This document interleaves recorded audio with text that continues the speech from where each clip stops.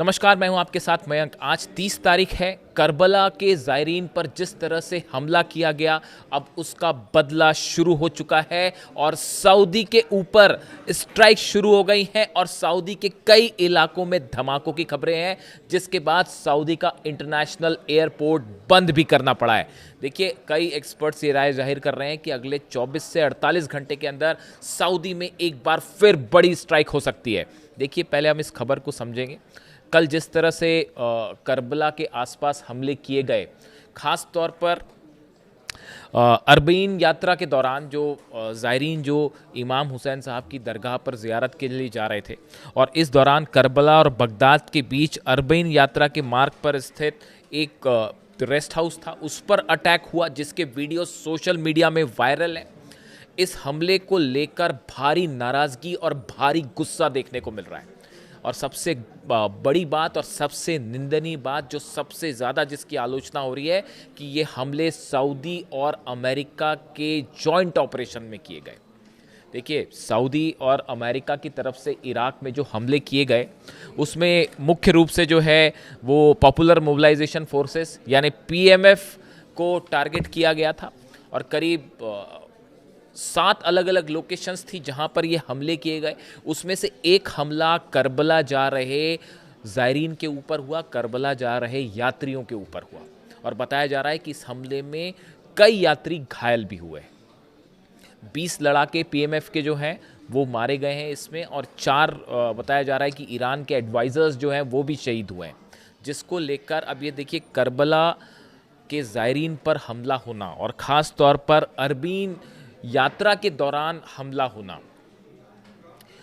आज के ज़माने में जब भी कोई भी एयर स्ट्राइक होती है तो उसमें आपको हर चीज़ की जानकारी होती है कि आप कहाँ हमला करने जा रहे हैं, आप किस पर अटैक कर रहे हैं। क्या ये हमला जानबूझ के करबला के ज़ायरीन पर किया गया, जो वहाँ पर जो है ज़ियारत के लिए जा रहे हैं, इमाम हुसैन की दरगाह पर जा रहे हैं? क्या जानबूझकर उन पर हमला किया गया?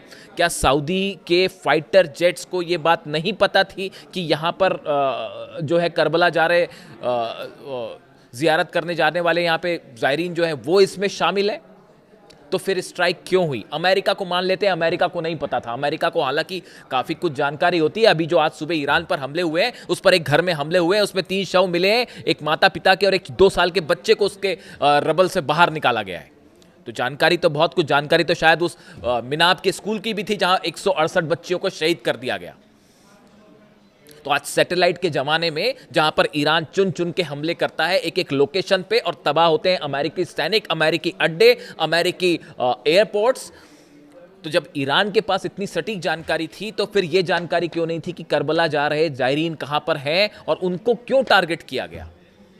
और वो भी इस ऑपरेशन में सऊदी के फाइटर जेट शामिल थे, अमेरिका के फाइटर जेट शामिल थे। इसको लेकर ईरान में भारी गुस्सा देखने को मिल रहा है और इसे करबला पर हमले की तरह से लिया जा रहा है और इसके बदले की जो है वो एक्शन शुरू हो चुका है। देखिए, कल रात को ही ये खबरें आनी शुरू हो गई थी। आज सुबह हालांकि अमेरिका की तरफ से स्ट्राइक शुरू हो गई, इसलिए शायद कुछ हो सकता है कि अगले 24 से 48 घंटे बाद ये हमले देखने को मिले, जैसा एक्सपर्ट्स बता रहे हैं। लेकिन कल रात की खबर देखिए, Saudi Arabia temporarily suspended operation at Riyadh's King Khalid International Airport following reports of explosions nearby. Saudi में रियाद का जो किंग खालिद इंटरनेशनल एयरपोर्ट है, उसके आसपास धमाके हुए। जो खबरें आ रही हैं उसके मुताबिक वहां पर धमाके हुए, जिसके बाद एयरपोर्ट को बंद कर दिया गया। The runway closure disrupt flights forcing some aircraft into holding patterns while officials give no reasons. इसका वजह नहीं बताई गई, लेकिन वहां पर सभी उड़ानें रोक दी गई। The temporary restrictions came amid unconfirmed reports of several explosions near Riyadh। मैं आपको छपी हुई खबरें पढ़ के बता रहा हूँ, यानी कोई अब उसमें से कितनी चीज़ें सही हैं। देखिए, अरब देशों में जो भी हमले हो रहे हैं उसके मीडिया कवरेज पर बैन कर दिया जाता है कि ये तस्वीरें बाहर ना जाएं। अब तो सेंटकॉम ने भी ये बता दिया है कि जो जॉर्डन में ईरान मारता है चुन चुन के, उनकी तस्वीरें ना जाहिर की जाएं। कितने सैनिक मरे हैं अभी तो यही पता नहीं चल रहा। अमेरिका में इस बात का हंगामा मचा हुआ है कि आपने कैजुअलिटी जो हुई है उसकी सच आंकड़े आप नहीं बता रहे हैं, कितना नुकसान हुआ है उसके सच आंकड़े नहीं बता रहे हैं। चाइना खुद कह रहा है कि पता नहीं कितना नुकसान हो गया अमेरिका का। 16-17 बेस जलने का मतलब आप समझ रहे हो कितना नुकसान हुआ होगा अमेरिका का। तो वही हाल अब सऊदी का है और ये कहा जा रहे हैं कि आंकड़े बाहर नहीं आ रहे हैं। और एयरपोर्ट पर जब आप संचालन रोक देते हैं तो बड़ी साधारण सी बात है। देखिए ड्रोन स्ट्राइक्स, मिसाइल स्ट्राइक्स ये लगातार सऊदी में हो रही हैं। ऑयल रिफाइनरी का क्या हाल है, उसमें आग अब तक नहीं बुझ पाई है। यानबू की जो पाइपलाइन है वो तबाह कर दी गई है। जितने सऊदी के आप सैटेलाइट इमेजेस देखिए, सऊदी के जितने पोर्ट हैं सबसे जहाज गायब है।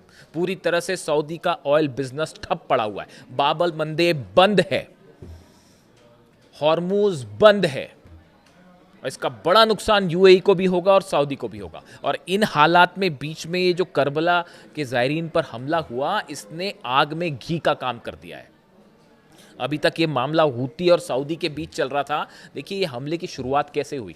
ईरान का एक प्लेन जो कि सना इंटरनेशनल एयरपोर्ट पर उतर रहा था, उस पर ये बोल के हमले किए गए कि उस पर हथियार है। ये प्रोवोकेशन था। जो एक्सपर्ट्स बताते हैं ये डोनाल्ड ट्रंप और अमेरिका की सलाह पर सऊदी की तरफ से हमले किए गए थे हूतीस पर। और कोशिश ये थी, इस प्लॉट को शायद सऊदी समझ नहीं पाया, ऐसा कई एक्सपर्ट्स की राय कि सऊदी इस प्लॉट को समझ नहीं पाया और वो जंग में एंटर कर गया।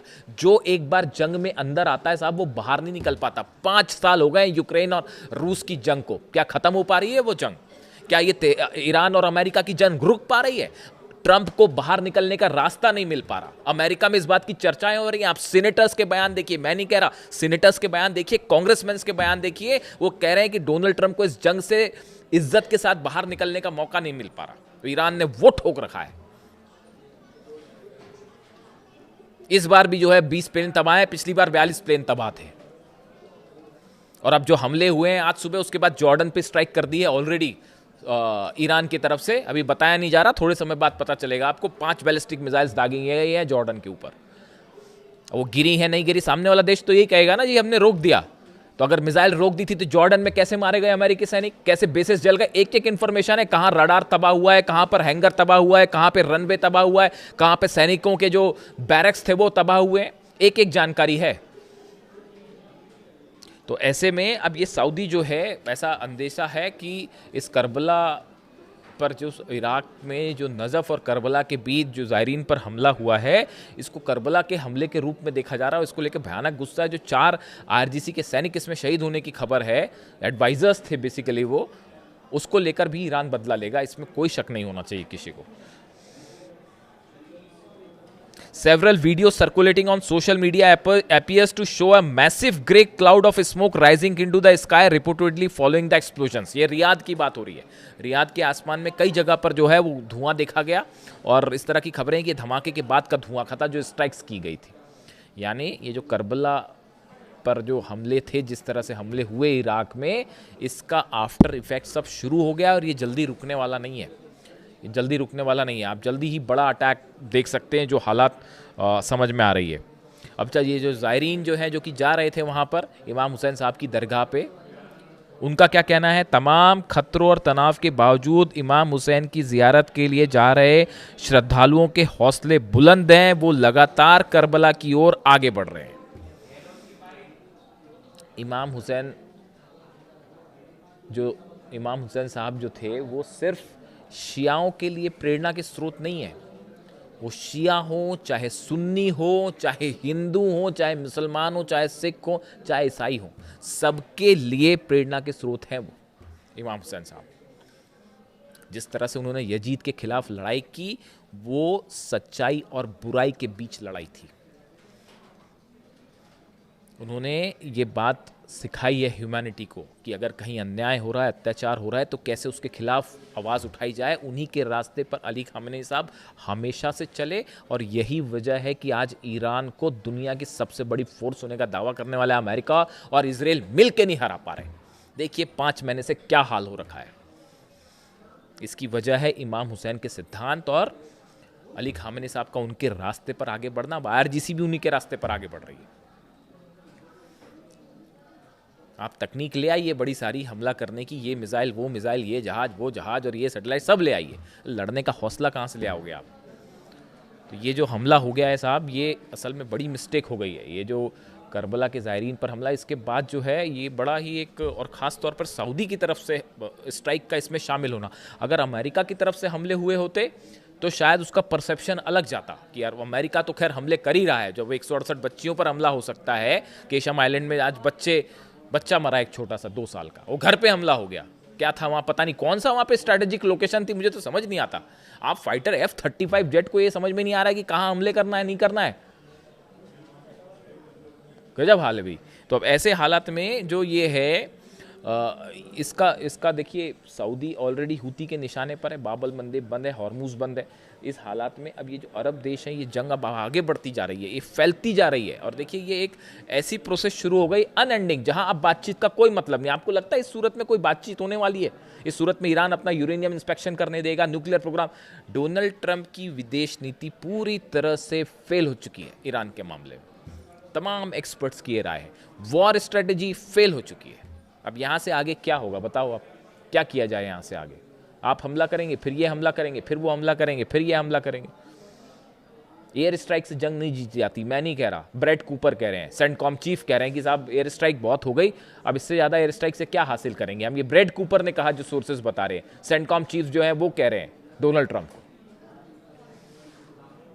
ग्राउंड ऑपरेशन आप कर नहीं सकते, तो आप फंस गए हैं बेसिकली। तो अब हालात ये है कि अच्छा, एक और गौर करने वाली बात, इस बात पर भी नज़र डालिए आप, डोनाल्ड ट्रंप और नेतन्याहू के मुलाकात के बाद पिछले 12 घंटे में क्या हुआ। देखिए, सब हालात पर नज़र रखनी पड़ती है। खबर आप जब बता रहे हो तो एक तो तरीका है, खबर बता दी आपने, हाँ ऐसा हुआ, ऐसा हुआ, बट उसके पीछे की असली हकीकत आपको एनालाइज करके भी बतानी होगी। यही शायद जिम्मेदारी का काम है। देखिए, नेतन्याहू और ट्रंप की मुलाकात के बाद Israel's chief of staff इयाल Zamir has said Israel's troops will not withdraw from occupied territory in southern Lebanon until the country's security is assured. Israel के सेना प्रमुख की तरफ से ऐलान कर दिया गया कि लेबनान से हमारी सेना बाहर नहीं आ रही। ये कब हुआ है? ट्रंप और नेतन्याहू की मुलाकात के बाद। इससे एक अंदाजा लगता है कि इनके बीच में क्या बात हुई होगी, क्या प्लान होगा। मतलब लेबनान में इजराइल की सेना रहेगी, ये पहली शर्त थी ईरान की, यहां से बाहर जाइए आप, नहीं तो जंग बंद नहीं होगी। यानी जंग बंद नहीं होने जा रही। इजराइल के सेना प्रमुख का यह कहना कि हमारी फोर्सेस लेबनान में रहेगी, ईरान कह रहा बाहर जाओ, उसके बाद ही बात होगी, जंग तभी रुकेगी। एक इजराइल ने ऐलान कर दिया वापस नहीं जा रही। इससे बात साफ है कि नेतन्याहू और ट्रंप की मुलाकात जो है वो हमले को लेकर प्लान तैयार है, शांति को लेकर प्लान तैयार नहीं है। इसके अलावा आप देखिए, इजराइल्स आर्टिलरी स्ट्राइक सीरियास क्विनेत्रा इलाका, क्विनेत्रा जो इलाका है उस पर हमले किए हैं। सीरिया में भी स्ट्राइक हुई इजराइल की तरफ से। कब हुई स्ट्राइक? नेतन्याहू ट्रंप की मुलाकात के बाद। गजा में लगातार हमले जारी हैं, यानी सीरिया पर हमला, लेबनान में हमले और गजा पर हमले, ये बढ़ गए हैं दोनों की मुलाकात के बाद। यानी ये बात साफ है कि एक बिगर स्ट्राइक प्लान तैयार है। और आज की रात आप देखिए, फिर से अगले कुछ घंटे बेहद महत्वपूर्ण होने जा रहे हैं।